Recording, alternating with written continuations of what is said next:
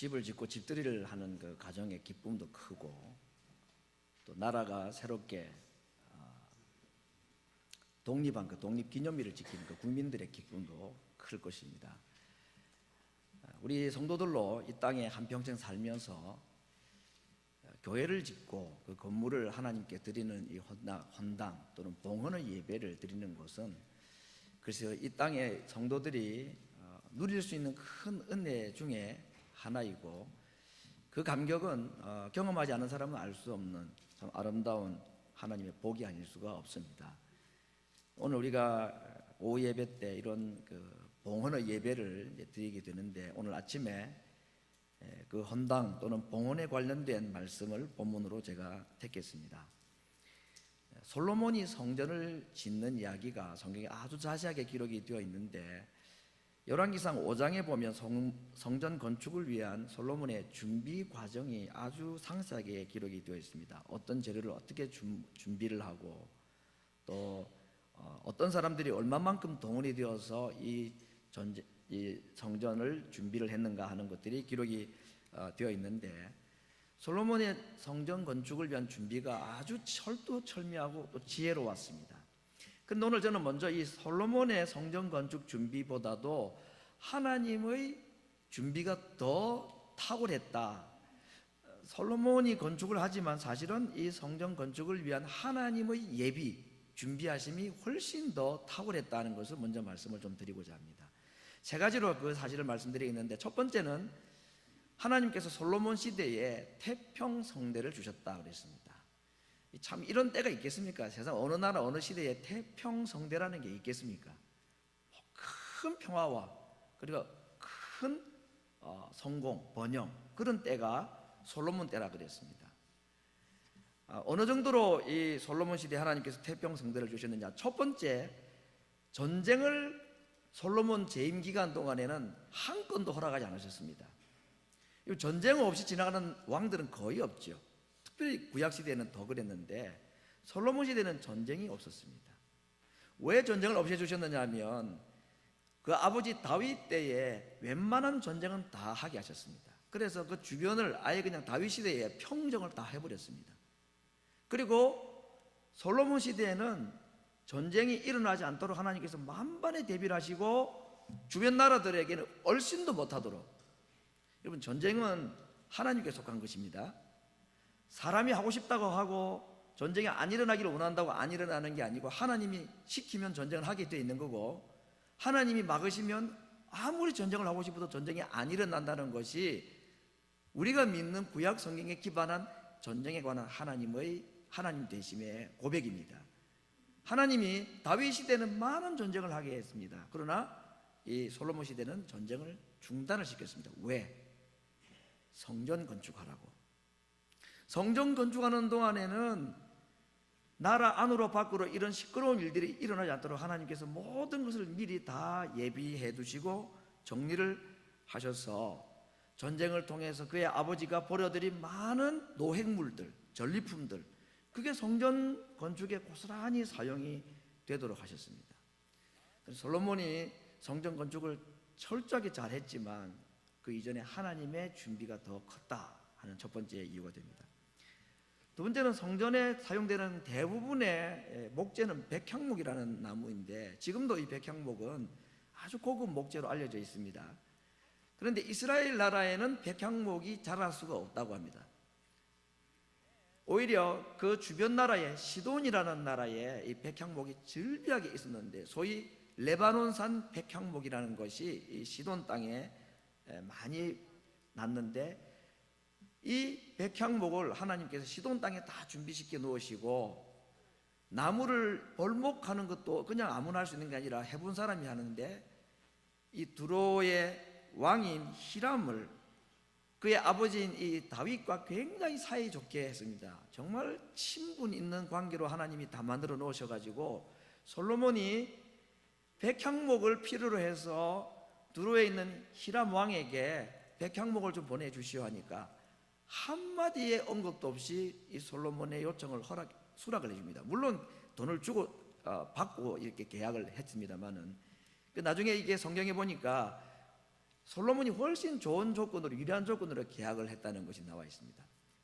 아무튼 하나님께서는 이 다윗 시대에 전쟁을 다 하게 하시고 그 북쪽에 있는 이 두로 나라에 있는 많은 백향목과 그걸 벌목할 수 있는 사람들까지 하나님이 다 준비를 해주셔서 이 성전 건축에 필요한 백향목을 수입하는데 아무 문제 없도록 해주셨다. 세 번째는 일꾼들을 하나님이 미리 준비해 주셨다 그랬습니다. 일꾼이야 뭐 솔로몬이 명령 한마디면 되지 이게 왜 하나님이 준비하신 것인가? 참 성경에 놀라운 말씀이 있습니다. 레위기 25장 39절에 이런 법이 하나 있는데, 내 동족이, 이제 이스라엘 동족을 말합니다. 이스라엘 동족이 가난하게 되어서 혹시 종으로 팔려가게 되면 너는 그를 종으로 부리지 말라 그랬습니다. 신부는 종이지만 같은 하나님 백성이기 때문에 돈이 없어서 종으로 팔려갔지만 그 사람에게는 종들이 하는 아주 나쁜 험한 일은 시키지 말라 하는 조항이 있습니다. 그런데 성전 건축에는 나무를 벤다든지 뭐 돌을 떠온다든지 이런 것들은 굉장히 험한 일입니다. 이건 같은 동족에게 누구에게 시킬 수 있는 일이 아니었던 거죠. 근데 이런 일을 하지 않도록, 같은 동족이 이런 일을 시키지 않도록 하나님께서 험한 일들, 하나님이 스스로 세우신 법칙입니다. 동족에게는 아주 험한 일을 시켜서 종처럼 그렇게 대하지 말라고 하는 법을 하나님이 세우셨는데, 이 공사를 하다 보면 정말 힘든 일들 또는 참 천한 일들이 많이 있는데 그 일을 하나님께서 누구를 통해서 하게 하셨느냐? 성경에 보면은 그 역군이 뭐 3만 명이요 하는 표현이 있는데, 그 정말 짐꾼들, 일꾼들, 그 허드렛 일을 누구에게 시키냐면 여호수아 시대에 가나안 땅 정복을 전쟁을 할 때에 사실은 겁이 나가지고 믿음이 없어가지고 남겨둔 가나안 원주민들이 많이 있었습니다. 그래서 그들이 항복을 하면 그들을 받아줘가지고 나무 패는 일이나 또는 물 기러 오는 일이나 뭐 설거지하는 일이나 이런 뭐 또는 짐승의 그 시체 또는 뭐 가죽 또는 재 이런 걸 치우는 이런 아주 허드렛 일을 하는 사람들로 여호수아 시대에 남아 있었던 그 가나안 원주민들을 그렇게 사용을 했습니다. 그래서 이 성전 건축의 아주 험한 일들을 그들로 하여금 하게 하셔서 하나님이 자신이 세우신 그 법칙을 하나님 스스로 어기지 않고 그 일을 할 수 있도록 하신, 자, 이런 걸 보면 태평성대 북쪽 나라에 있는 나무들을 미리 다 준비하고 나무를 벌목하는 벌목공들도 이스라엘 안에는 아무도 없으니까 거기 나라 사람들을 다 이용하고 허드렛 일을 해야 되는 이 어쩌면 이게 율법의 조촉이 될 수 있는 일인데 그 일까지도 할 수 있는 사람들을 하나님이 미리 다 준비를 해 놓으신, 그래서 솔로몬도 지혜롭지만 정말 하나님이 지혜로우신 분이다. 솔로몬의 지혜보다 하나님의 지혜가 이 성전 건축 준비하는 과정에서 이미 얼마나 크게 지혜로우신 분이신가 하는 것을 우리에게 보여주는 이야기입니다. 오늘 두 번째 볼 내용은 본문의 내용의 말씀인데, 성전 완공을 하고 난 뒤에 솔로몬이 법궤를, 언약궤를 지성소에 안치하는 예식을 가집니다. 이 법궤라는 것, 우리가 알 수 없는 아주 신비한 하나님의 임재의 장소로 알려져 있는 것인데, 이것을 이제 만들어진 성전 안 지성소에 이제 들여놓는, 이동하는, 안치를 하는 장면이 오늘 본문에 기록되어 있는데, 이것은 이스라엘 백성들에게는 정말 엄청난 감격스러운 순간입니다. 왜냐하면 이 법궤는 하나님이 계시는 장소라는 임재의 장소를 상징하는데, 그 법궤가 지금까지는 어디에 있었느냐 하면 텐트 아래에 있었다 그랬습니다. 성막이라고 그러죠. 성전이 건물로 지어지기 전에 짐승의 가죽으로 만든 이동용 텐트, 거기도 이제 성소가 있고 지성소가 있었는데 그곳에 이 법궤가 있었는데, 이곳을 이제는 움직이지 않는 영구한 건물, 그것도 백향목이나 황금으로 지은 아주 화려한 성전입니다. 그 안으로 이제 안치한 것입니다. 이동용 텐트가 아니라 이제는 영구한 건물, 움직이지 않는 터에 자리 잡은 집으로 이 법궤를 안치를 하는 것이 이스라엘 백성들에게는 어떤 메시지가 전달되었느냐? 하나님이 더 이상 우리를 떠나지 아니하시고 우리와 영원히 함께 하신다는 사인이었기 때문에 이 법궤를 지성소에 드리는 이 예식은 이스라엘 백성들에게는 큰 감격과 은혜의 순간이었던 것입니다. 그래서 솔로몬이 이 법궤를 지성소에 안치를 할 때 그냥 하지 못하고 오늘 성경에 보면 뭐라고 하냐면 수를 헤아릴 수 있는 많은 짐승을 양과 염소의 제물을 제사 드리고 그 지성소에 법궤를 안치를 했다고 했습니다. 왜 제사가 필요했을까요? 여러분, 지성소에 법궤가 들어간다는 말은 하나님께서 이스라엘 백성들 가운데 오신다 하는 말입니다. 하나님께서 하늘에서 이 땅에 자기의 거처로 옮기신다 하는 약속인 것입니다. 하나님이 스스로 이 땅에 내려와 주셨지만 죄인은 하나님을 직접 만나거나 대면하거나 직접 나아갈 수가 없습니다. 피 흘림이 없이는 하나님 앞에 갈 수가 없습니다. 그래서 한두 마리가 아니라 20마리가 아니라 수를 헤아릴 수 없을 만큼 많은 제물을 드리면서 그 지성소에 법궤를 안치를 한 것은 하나님 앞에 우리가 나아가기 위해서는 피가 필요하고 누군가가 대신 죽어주는 죽음이 필요하다는 의미였던 것을 그들이 알았기 때문입니다. 오늘 우리가 하나님께 나아가는 것도 예수님의 피 흘림이 아니면 하나님 앞에 나올 수가 없습니다. 오늘 우리의 은혜의 보좌 앞으로 담대히 나왔다 그러는데, 오늘 우리가 하나님 앞에 나와 예배 드릴 수 있는 것이 우리의 수고나 우리가 가지고 있는 물질이나 또는 우리가 하나님을 위하여 수고하는 봉사, 이런 것으로 하나님 앞에 나아갈 수가 없습니다. 어림도 없습니다. 그 하나님은 오로지 피 흘림 없이는 갈 수 없는 짐승의 피가 아니라 이제는 예수님의 흘리신 그 보혈이 오늘도 우리를 하나님 앞에 오게 했다는 것이 짐승으로 제사 드린 이 이야기 속에 나와 있는 것입니다. 성경에 보니까 오늘 이 법궤를 안치한 날이 7월 달이라 그랬습니다. 에다님 월, 이게 7번째 달입니다. 오늘날 7월 달이 아마 날짜로 양력으로 계산하면 아마 한 9월이나 10월쯤 될 텐데, 제가 이 세 절기가 이 7월 절기에 있다는 것을 소개하고 있습니다. 7월 7번째 달입니다. 유대 달력으로 음력에 해당될 수 있는데, 나팔절, 이건 첫째 날, 7월 달에 있는 첫 번째 날은 미국에서도 지금 쓰는 그 용어죠. 로시하샤나라는 날입니다. 그건 그들의 새해를 시작하는 것입니다. 그래서 나팔을 불면서 새로운 해가 시작되었다 하는 그런 선언을 하는 것입니다. 10번째 날은 욤키푸르라는 대속죄일이 있는 날입니다. 1년에 한 번 대제사장이 짐승의 피를 가지고 지성소 안에 가서 백성들의 죄를 대속하는 예배를 드리는 날입니다. 그리고 15일부터 일주일간에는 초막절이라, 지금도 유대인들, 미국에 사는 유대인들은 수콧이라는 이름으로 집 뒤에다가 텐트도 쳐놓고 촛불도 켜고 이렇게 유대인들 지금 그런 걸 합니다. 이 세 절기가 몰려 있는 것이 7월인데 유대인들에게 이 7번째 달은 그야말로 축제의 날이고 성스러운 절기가 있는, 집중되어 있는 가장 1년 중에 중요한 절기가 있는 달이 7번째 달인데, 법궤가 안치된 달이 이 7번째 달이라 그랬습니다. 1년 12달 어느 달도 괜찮지만 하나님께서는 특별히 이 절기가 있는 7월에 법궤가 들어가도록 하셨다.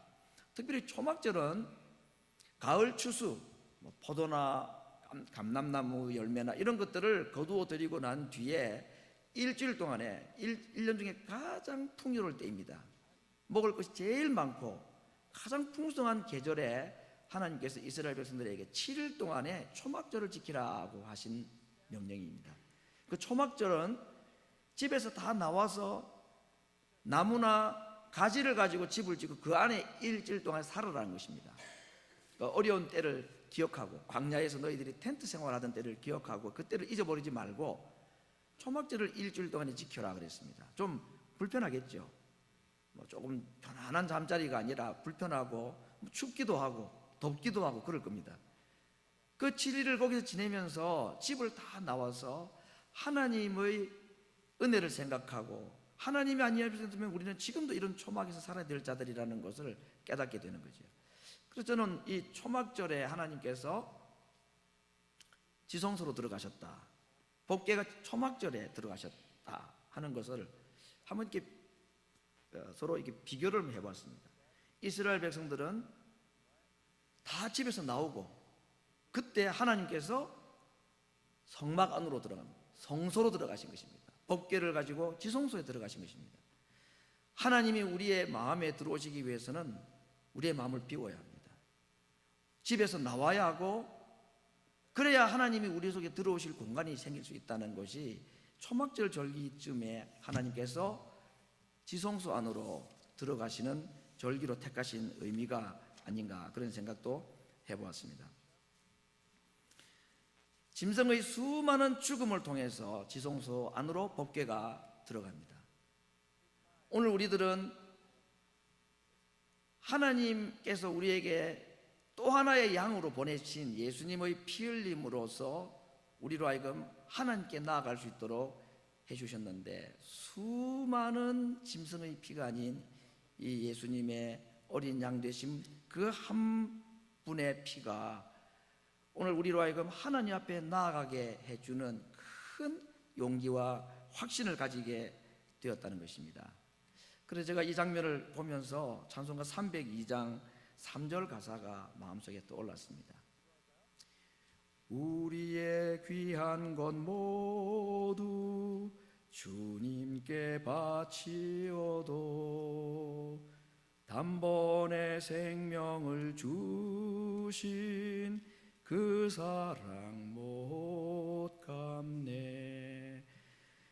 우리의 모든 것을 들여서 주를 위해서 헌신하고 수만 마리의 양을 죽여서 제사를 드린다 할지라도 딱 한 번 우리를 위하여 생명을 주신 그 사랑하고는 비교할 수 없는 오늘 솔로몬이 드린 수만 마리의 헤아릴 수 없는 많은 짐승과 십자가에 위해 설리신 예수님의 단 한 번의 희생하고 어느 것이 더 하나님 기뻐하시고 하나님이 지성소로 임하시기에 더 좋은 제사인가? 예수님의 한 번의 희생의 제사가 더 완전하고 완벽한 희생이 되신다는 것을 기억해야 할 것입니다. 오늘 이제 주제가 될 수 있는 구름 이야기를 좀 하겠습니다. 법궤 안치식을 딱 마치고 났더니 성전 안에 구름이 가득 찼다 그랬습니다. 그래서 그 성전 안에 섬기던 제사장들이 더 이상 그 안에 있지를 못하고 다 밖으로 뛰쳐나왔다 그랬습니다. 하나님께서 하늘을 떠나서 이 땅에 지금 내려오신 순간입니다. 하나님께서 지성소를 만드시고 난 다음에 너무너무 기쁘셔서 그곳에 내려오셨을 때에 그 증표로 구름으로 가득 채워주셨는데 이 구름은 적어도 두 가지의 의미를 가졌다고 볼 수 있습니다. 첫 번째는 하나님의 영광 또는 하나님의 임재입니다. 그야말로 하나님이 그곳에 가득 성전 안에 차 계시다 하는 것을 보여주는 사건이었습니다. 지성소는 정금으로 아주 사면이 다 둘러싸여 있습니다. 성소도 마찬가지입니다. 나무로 지었지만 나무 표면을 전부 금으로 다 입혔습니다. 그러니까 솔로몬이 지은 성전은 성전 안에 들어가면 온통 바닥부터 천장까지 모든 게 다 그냥 금으로 되어 있는 특별한 구조물입니다. 그런데 그 화려한 금보다도 구름이 더 영광스러웠다는 겁니다.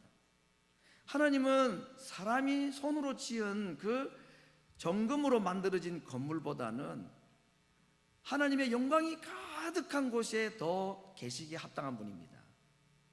하나님의 영광이 가득 차 있는 예배당, 그곳에서 하나님께 예배드리는 성도들이 하나님의 임재를 경험하면서 하나님의 영의 감동하심으로 함께 예배를 드리는 것, 얼마나 멋있는 예배가 되겠습니까? 정말로 황홀한 예배가 아니겠습니까? 제자들이 변화산에서 화려한 변화되신 예수님의 모습을 보고 그들이 황홀에 빠졌던 것과 같이 오늘 우리가 손으로 지은 이 건물이 아닌 세상에 현존하는 건물 가운데, 예배당 가운데 하나님께서 거하시기에 가장 좋은 건물, 예배당이 어디에 있겠습니까? 나중에 솔로몬이 성전 봉헌식 기도할 때 그렇게 말합니다. 하늘의 하늘이라도 하나님께는 합당하지가 않는데 어떻게 저가 손으로 지은 이 건물에 하나님이 오십니까? 그렇게 고백을 했습니다.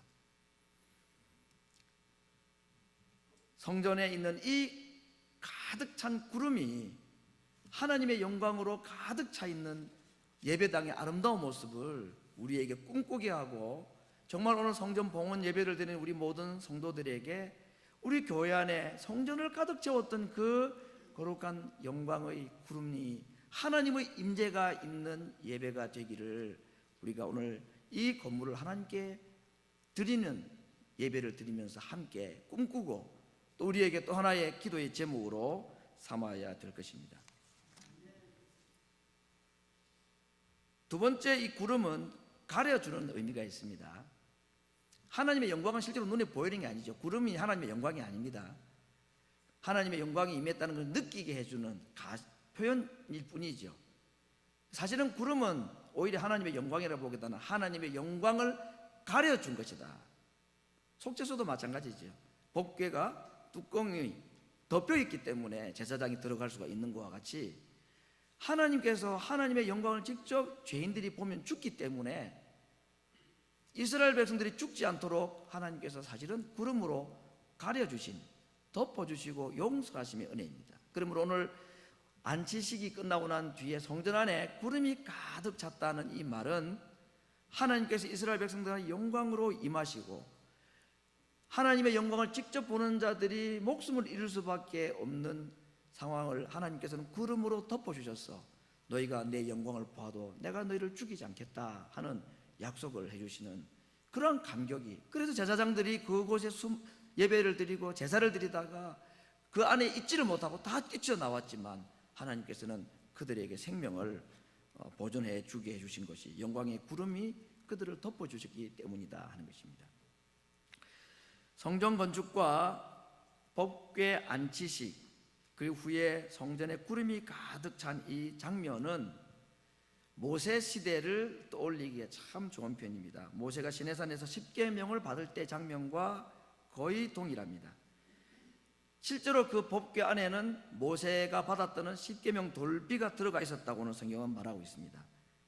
이 말은 성전 건축과 법궤 안치가 어느 날 갑자기 된 일이 아니라 적어도 모세 시대부터, 더 이상 거슬러 올라가면은 아브라함 시대부터 하나님께서 미리 계획하신 계획대로 차근차근 진행된 사건이라 하는 것입니다. 놀랍게도 예루살렘 성전이 서진 이곳은 아브라함이 자기 아들 이삭을 번제로 바치려 했던 모리아산이 있는 장소입니다.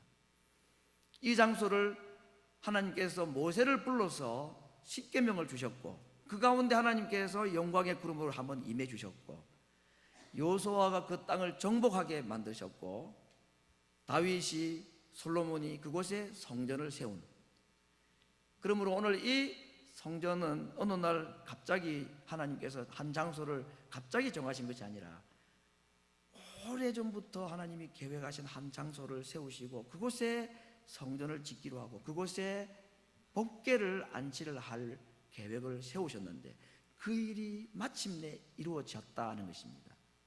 천년을 두고 계획하신 이 하나님의 성전 건축 계획이 완성이 됐다는 것, 그걸 솔로몬이 안 거죠. 그러니 얼마나 감격이 되었겠습니까? 그냥 건물 잘 지고 기분 좋은 집들이 하는 게 아닙니다. 하나님께서 하셨다고. 그래서 20절에 보면 계속해서 그런 말하기를 여호와께서 말씀하신 대로 하셨습니다, 하나님께서 말씀하신 대로 이제 이루셨습니다 말을 계속 반복할 수밖에 없었던 것이었습니다. 솔로몬은 적어도 그 순간에 내가 수고했습니다가 아니라 하나님이 하셨습니다라는 고백을 조금의 거짓도 없이 하나님 앞에 진실하게 고백을 했던 것이었습니다.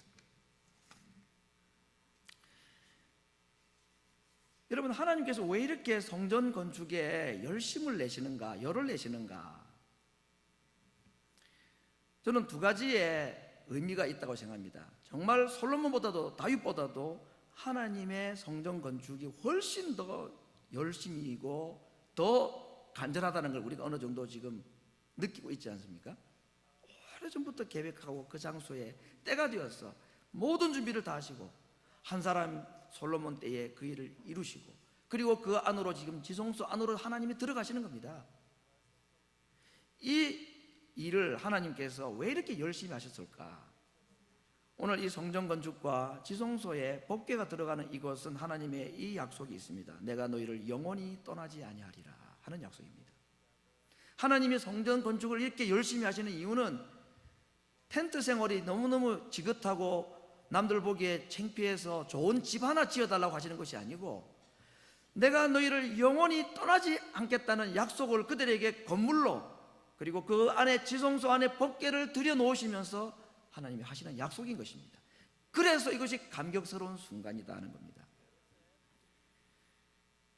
두 번째, 하나님께서 이 성전의 건축을 통해서 무엇을 말씀하고자 하시는가? 내 집은 만민이 기도하는 집이라 그랬습니다. 유대인뿐 아니라 이제는 모든 이스라엘 백성 외에 다른 유대인 외에 이방인들도 이제는 이 성전으로 와서 하나님께 기도하는 장소로 만드시는 것입니다.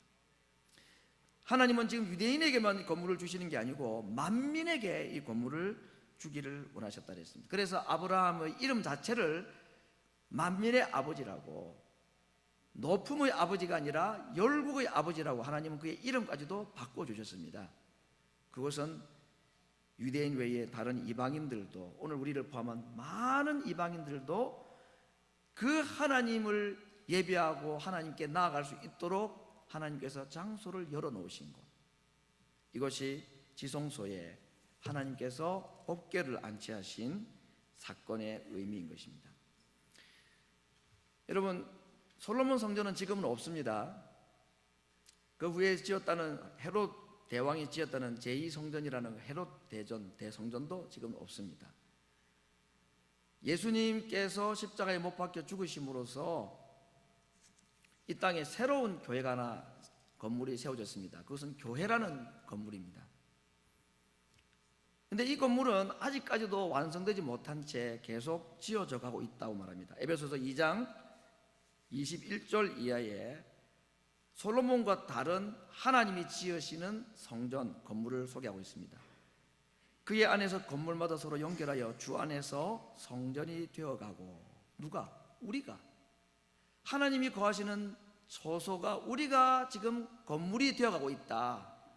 금도 백향목도 아닌 죄인인 사람들로, 하나님을 믿는 하나님의 백성들로 만들어진 건물을 지금 하나님이 만들어가고 계시다 그랬습니다.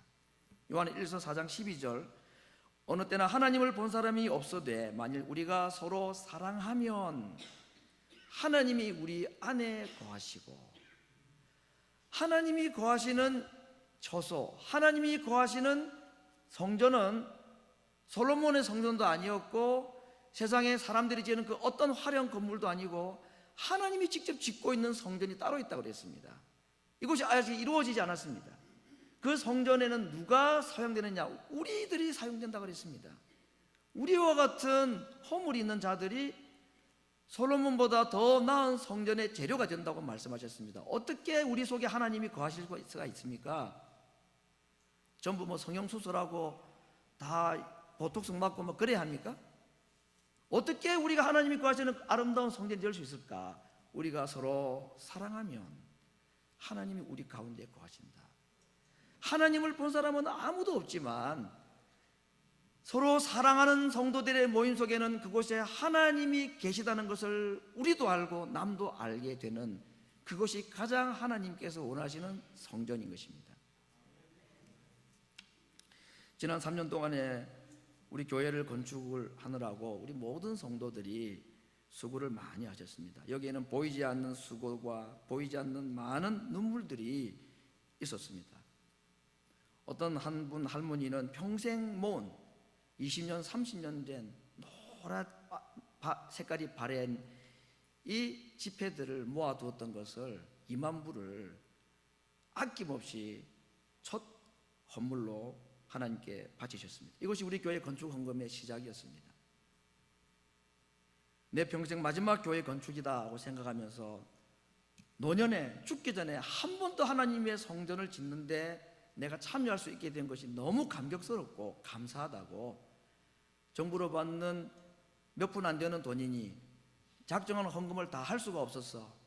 그 노구에도 불구하고 개인적으로 요즘 젊은 사람들이 말하는 아르바이트도 하고 또 베이비시터도 하고, 그렇게 해서 작정한 헌금을 하나님께 드리려고 애를 쓰는 분도 있었습니다.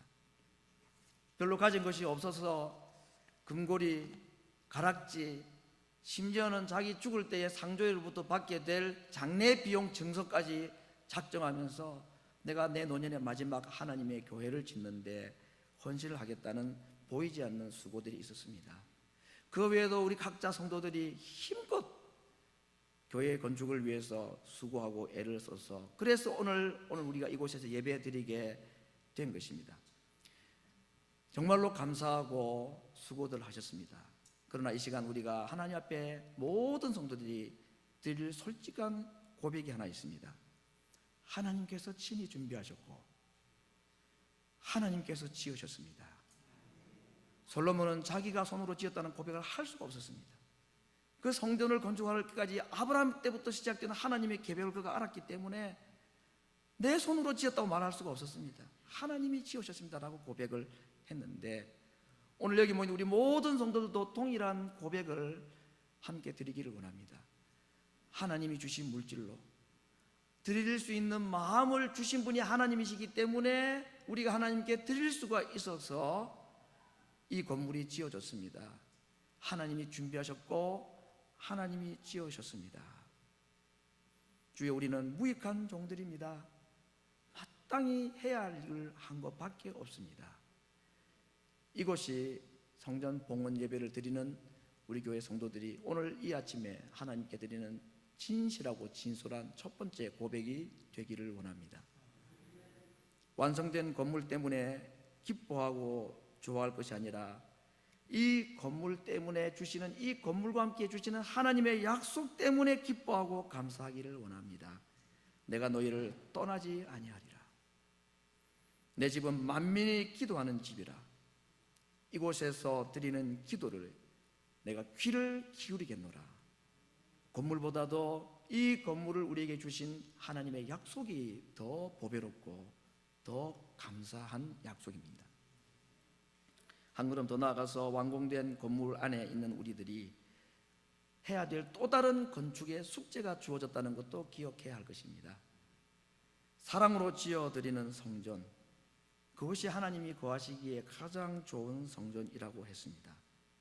이 성전을 오늘 봉헌 예배를 드리는 이 아침에 또다시 손으로 지은 건물이 아닌 우리의 마음과 우리의 사랑으로 하나님이 거하시는 처소를 지어드리기를 다짐하고 약속하고, 그러기에 필요한 주님의 사랑을 우리에게 부어주시기를 위해서 하나님 앞에 기도하는 아침이 되었으면 좋겠습니다.